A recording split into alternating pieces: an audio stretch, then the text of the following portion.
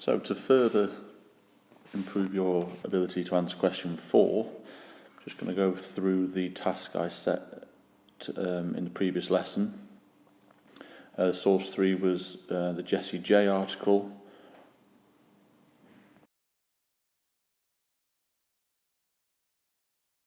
And source 1 was the article about the train in Japan. Now, the first thing to mention is that loads of you started with source 1 and not source 3, and that's a mistake. Always start with source 3. It's the one that they ask you to look at, and it's the one where you should spend the majority of your time, although you should not ignore the comparative piece. But start with source 3 always. Also, you've just answered question 3, and you've probably looked at language you will have looked at language in that to work out thoughts and feelings. So you're in the right place. You can just carry on with that analysis. Now, in general terms, when we're answering question 4, we're looking at language, nothing else, not punctuation, not structure, just language. The examiner does not need an overview of the text. We don't need to know what you also know about the person in the text from your own knowledge. It's not relevant. We just need you to quickly identify what type of language is used. Is it descriptive, informative, persuasive, argumentative, or a whole host of other things? For example, within the language used, is there humour?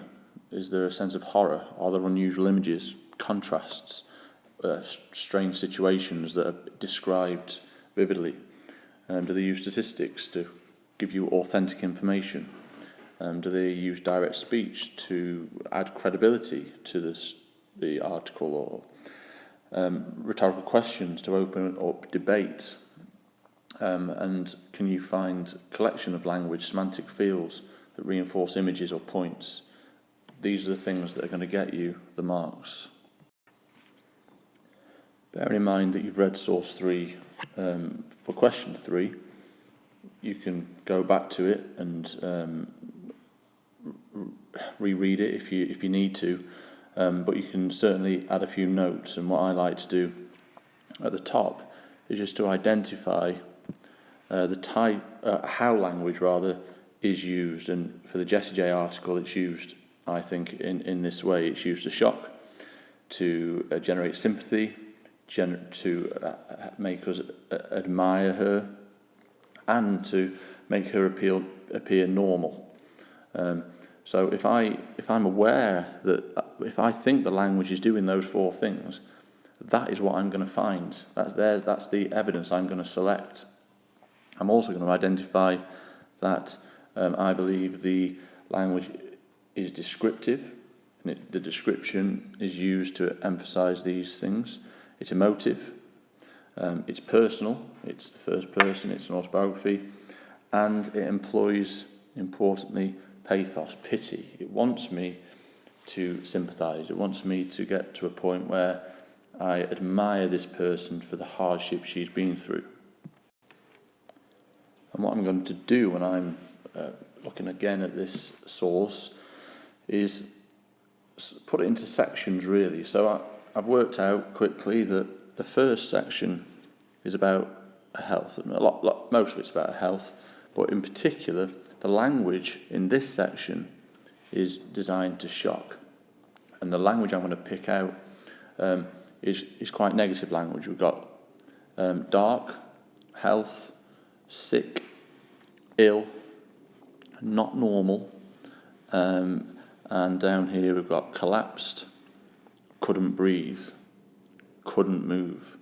Now there's 1, 2, 3, 4, 5, 6, 7 selections of language there that I can use in my first paragraph, really, in my answer. I'm not going to analyse all of them, but I'm going to write every one of them down, because as separate quotations next to each other even, because I want to make the point that language is used here to shock the audience, and these words are all designed to do it, together, semantically, they are negative. They connote negativity. They are all pointing in one direction, and that is that this person was a sickly child. And that's further illustrated here with the umbilical cord around my neck. So in this first section, I've now got, 9 things, 9 quotes that I'm going to analyse, I'm going to write down. As I say, don't analyse every word, but analyse the overall effect of these words on you, the reader. They are emotive, they are descriptive, they evoke pity, and they're personal. So I've demonstrated that I clearly understand how language is used. Just by doing that, you'll get band 3. Now, I've found a section that contrasts that, which is important because that demonstrates that, firstly, I've read the whole thing, but also that I understand that there's more going on here than just a negative sob story. So in this paragraph here, it's about happiness, it's normality, it's something we can relate to, and I've written these down. It's normality, it's relatable, and I'm going to use these words. I'm going to select these words: happy, childhood, running, sleepovers, camping, holidays in Corfu and Mallorca, and this is going to be my second paragraph. I'm going to use all of those quotations, not as one massive quotation, but just individual words, and I'm going to talk about the overall effect of those words and how she's used language here to make me relate to her, to make her appear normal. I may analyse the odd word like happy, and how that contrasts to a word previously, but if I can demonstrate I clearly understand here the difference in this paragraph to the previous paragraphs, I'm on to a winner. However, it's important that I then, in my next paragraph or section, reinforce the fact that she is trying to evoke sympathy, and she's using pity here to evoke sympathy. So I'm going to pick out some more words: afraid and confused and terrifying. And those 3 words do nothing other than emphasise the seriousness, and I'll use that in quotation marks, of the situation. And finally, I'm going to I want to highlight the fact that language is used really to get the audience to admire her in some way. She goes through some awful moments which we can empathise with. Well, I can't, but we can empathise with in general, where she had to do tests as a teenager in an uncomfortable environment and situation. And we admire her for her bravery. The language she uses evokes that sense that she had to do it for survival, but she did it without complaining, and that's something I want to talk about. So to summarise, I want to talk about the fact that it's descriptive, it's emotive, it's personal, and it evokes pity. It uses pathos. These are the points that I'm making, and these are my gateway to selection. So if I say, the language is used to shock, I'm going to talk about adjectives. I'm going to say that the adjectives used to describe are shocking, and I'll pick on these points here, there, and everywhere and use that. It hasn't got to be any more complicated than that. We're not writing for an hour on the one thing. It hasn't got to be a brilliant essay to get a band 4. It's just got to demonstrate that you are aware of how language works. Source 1 is different, and simply by moving on to source 1, you're showing a comparative understanding of how language works. In source 1, the language is factual.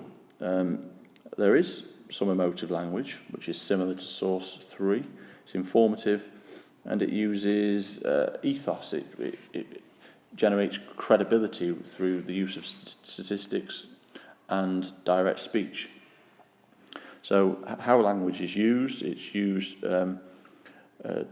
to compare between good and bad. It's used to be fantastical. It's used to show caution, and it's used to describe. And some of these things are similar to source 3. Some of them are different. You can mention that, but you don't have to worry too much about finding direct comparisons. Simply analyse source 1 and analyse source 3. If you can find them, brilliant. If you can't, don't worry about it. Find what this source does do. So if we look at the first paragraph, it's quite a dramatic paragraph. There's language in here that we'd want to select and analyse. It's quite emotive. We've got words like prowess, state of the art, world record. So linking it to the emotive here, this is similar to source 3, but just from a language analysis of source 1, why has this language been used? What is the writer demonstrating? What is the effect on us? And it's impressive. A word like prowess suggests superiority, state of the art, leading the world in technology. World record is emotive. We all love reading the Guinness Book of World Records, and all of this language affects us because it engages us at a basic level. It makes us interested with the topic.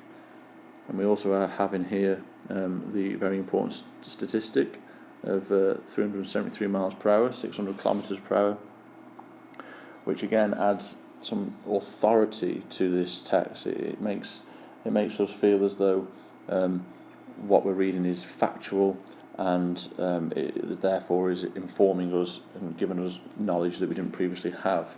That's further illustrated down here with its name, and a few more statistics here just to reiterate the point that this is a report which is designed to inform and to present facts. Another clever bit of language is here, which uses something of an understatement. What officials described as a comfortable zip along a test track near Mount Fuji. Zip, it's a great word. Possibly you could say it's onomatopoeic, it's very suggestive of speed. But a comfortable zip, it implies that it's probably telling the truth, that it's a smooth ride, but it underplays the speed. It is less dramatic than the first paragraph, but it's very effective because it gives us a sense as the reader of the technology that's being used, this magnetic use of speed. I'm also going to highlight how this text uses language to insult Britain's attempt at high-speed rail, comparing the 600 kilometres to the 400 kilometres. It perhaps is designed to make we, a British audience, doubt the credibility of the HS2 high-speed rail link as not being that high speed, and perhaps this is a perspective of the writer. And also we have some more negative language down here with this conjunction but.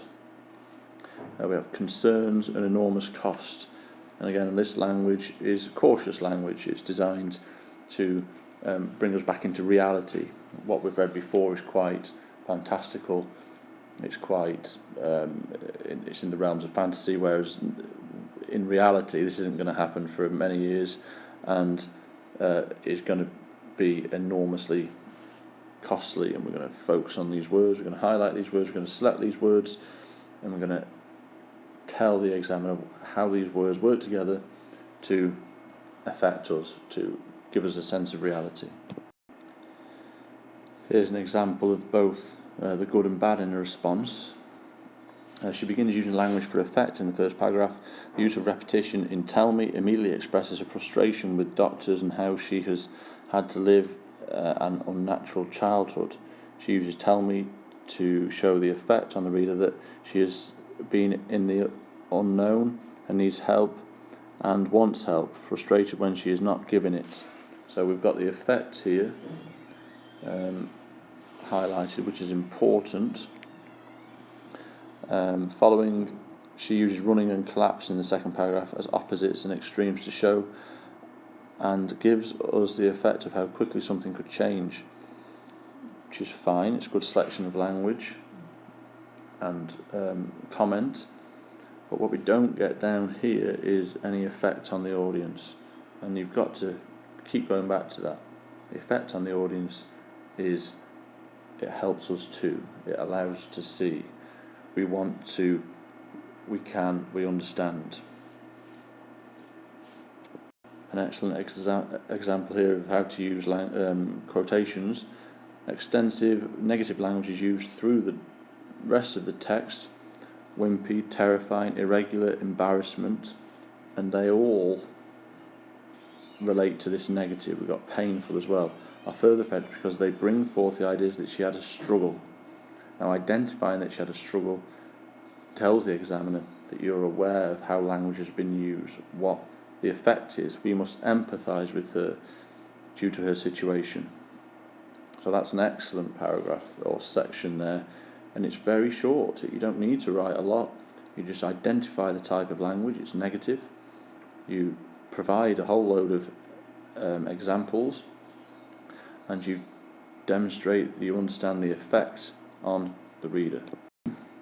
Moving on to source 1, to start, the grandeur of the train and what it has achieved are expressed in high speed and state of the art. So we have here good selection of language. This language is effective because it shows that the train, is at the forefront of engineering, and it is incredible in comparison with the planned options such as Britain's HS2, which can only travel at 400 kph. So again, another good selection of language. What it doesn't do here, which he should have done, is explain the effect of this last bit here. Now, why is the writer of this included that negative comparison to the British one? And a further explanation there of the effect on the audience would really have helped move this up the grade ladder. I'm just going to show you some examples from the AQA exemplar booklet that's sent to examiners of responses that have got more than 10 marks. So the first one's 10 marks, the second is 12, and the final one achieved full marks. Just for different techniques of how to include language, how to compare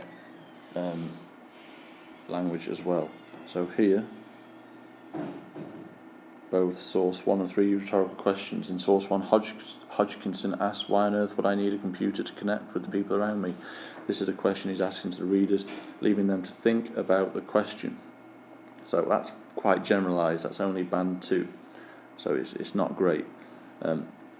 Source 3, Peters asks a warning. This contrasts with the question used in source 1, as it is not aimed at the audience, but instead is just a question he's asking himself.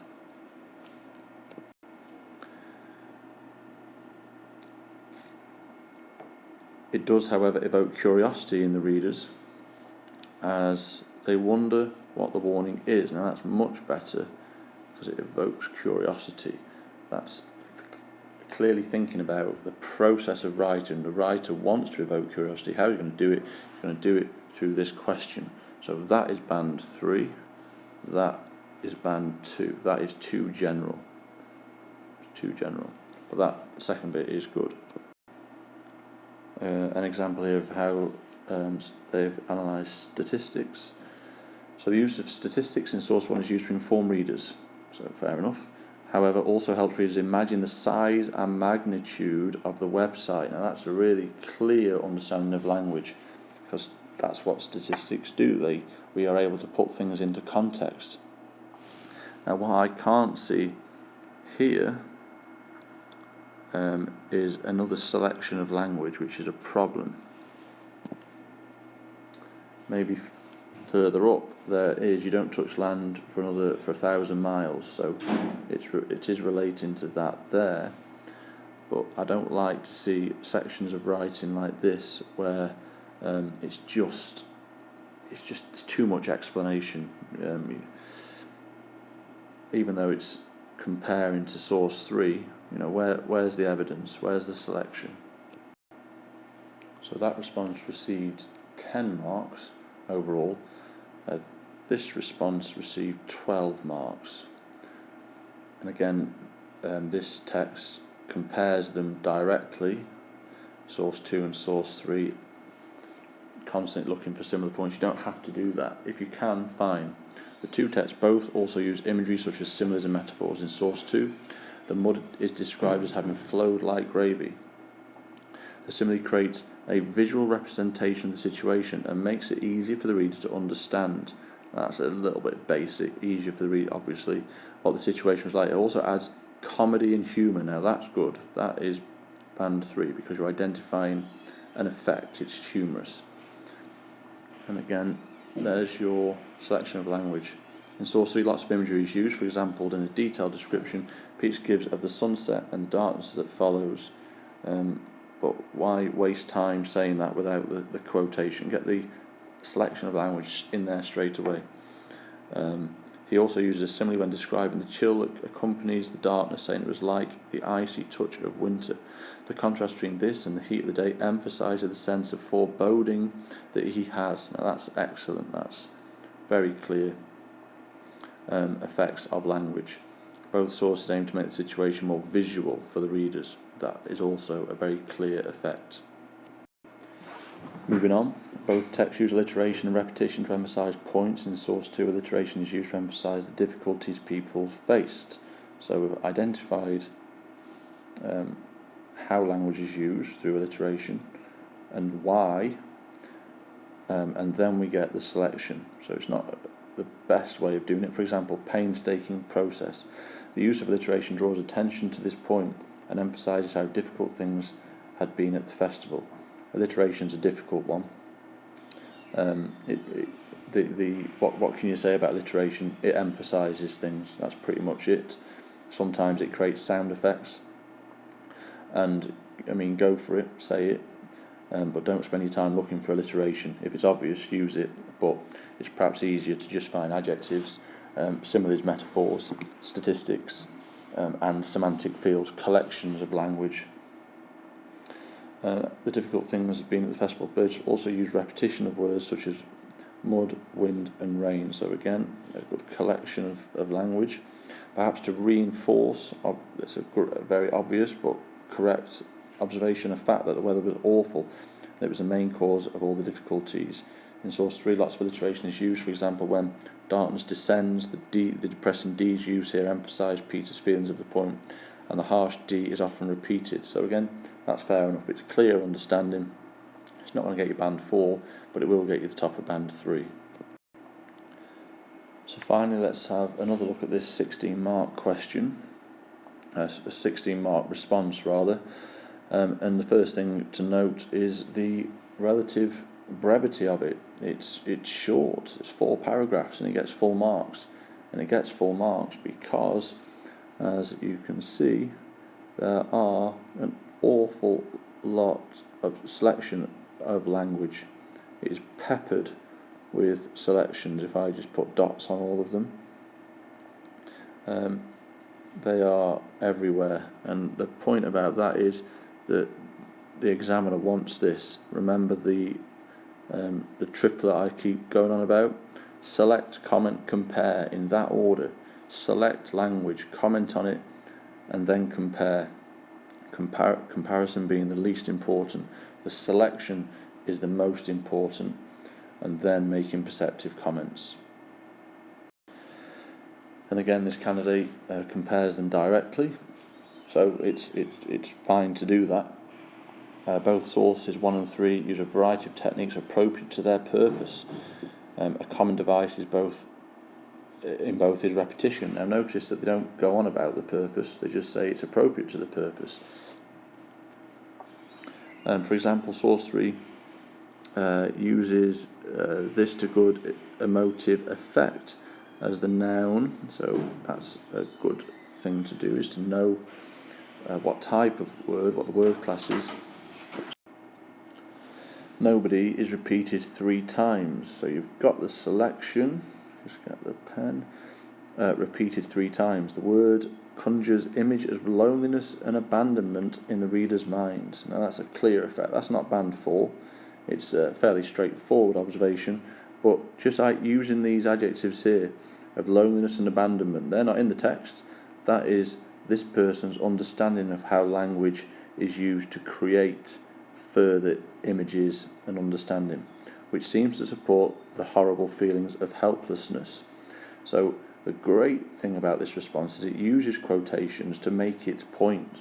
So they select language, nobody, and then to actually make their point, they use a quotation from somewhere else in the text and distress that Peter is trying to convey.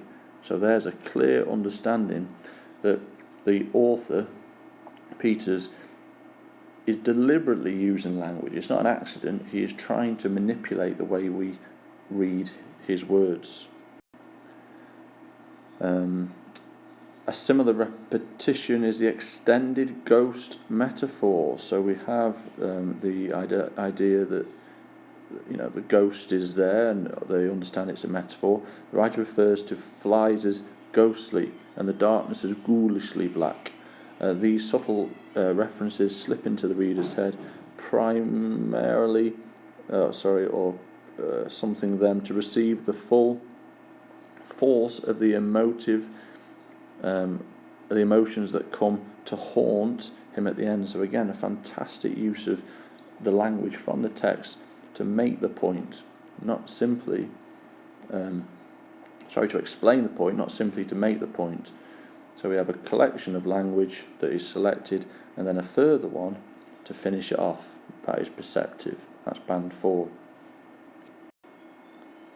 Now what they've done is they've identified repetition in source 1 as well. If it's there, do it, but for a different effect. Here, the writer constantly uses the word correct. This seems to ridicule the ideology of social media in an almost satirical manner. Why would I need a computer to connect? Connect.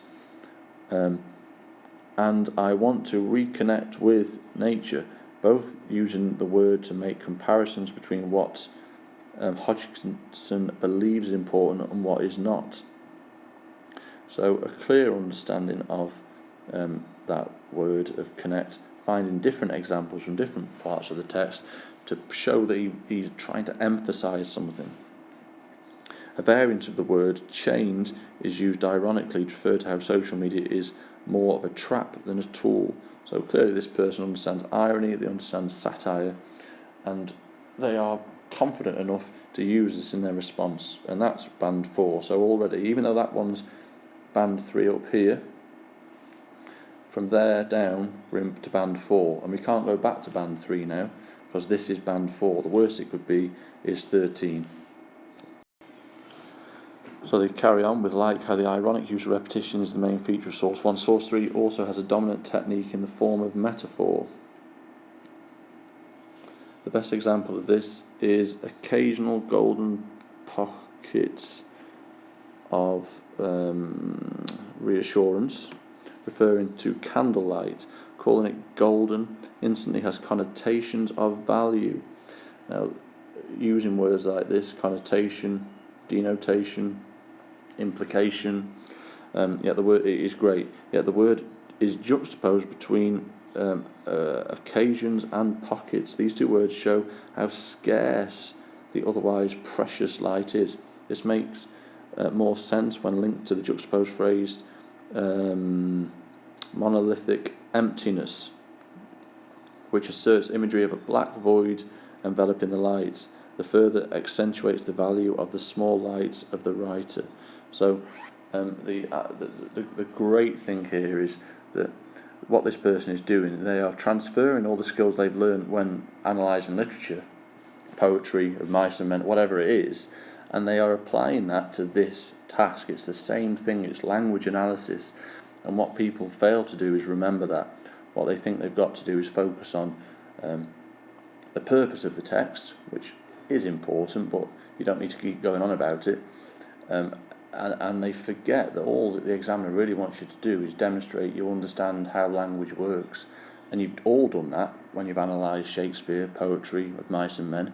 Do the same here. And finally, just to go over this once more, select, comment and compare. Select by literally picking out language you want to talk about. Pick out lots of language. Pick out language to reinforce the point you've originally made with your original selections of language. Find further examples. Your comments should be based on the effect that language has on the reader, not on the purpose of the text. That's part of the effect, but the effect is what the writer is trying to do to you, the reader. And you've just got to think in common sense terms when doing that. And compare. If you can find direct comparisons, fine. If you can't, simply analyse two texts. And you can use little phrases like, unlike source 3, source 1 isn't descriptive. Simple things like that.